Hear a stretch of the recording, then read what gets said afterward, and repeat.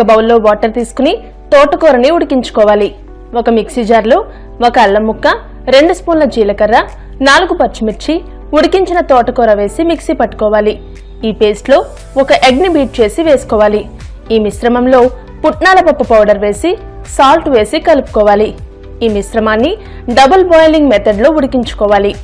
వేరే స్టవ్ మీద పాన్ పెట్టుకుని అందులో ఆయిల్ వేసి ఆయిల్ హీట్ అయ్యాక ఆనియన్స్ ని వేసి వేపుకోవాలి. ఇందులో కరివేపాకు, పసుపు, సాల్ట్ వేసి వేగాక 2 స్పూన్ల అల్లం వెల్లుల్లి పేస్ట్ వేసి ఫ్రై అయ్యాక 1 స్పూన్ ధనియాల పొడి, 2 స్పూన్ల కారం వేసి బాగా ఫ్రై చేసుకోవాలి. ఇప్పుడు ఇందులో 1 కప్పు పెరుగు వేసి ఫ్రై చేసుకోవాలి. ముందుగా ఉడికించిన మిశ్రమాన్ని చిన్న చిన్న పీసెస్ గా చేసుకుని లైట్ గా ఆయిల్లో ఫ్రై చేసుకోవాలి. ఫ్రై చేసుకున్న పీసెస్ ని ఆనియన్స్ గ్రేవీలోకి వేసుకుని కలుపుకోవాలి. 5 నిమిషాలు ఫ్రై అయ్యాక కొత్తిమీర వేసుకుని సర్వ్ చేసుకోవాలి.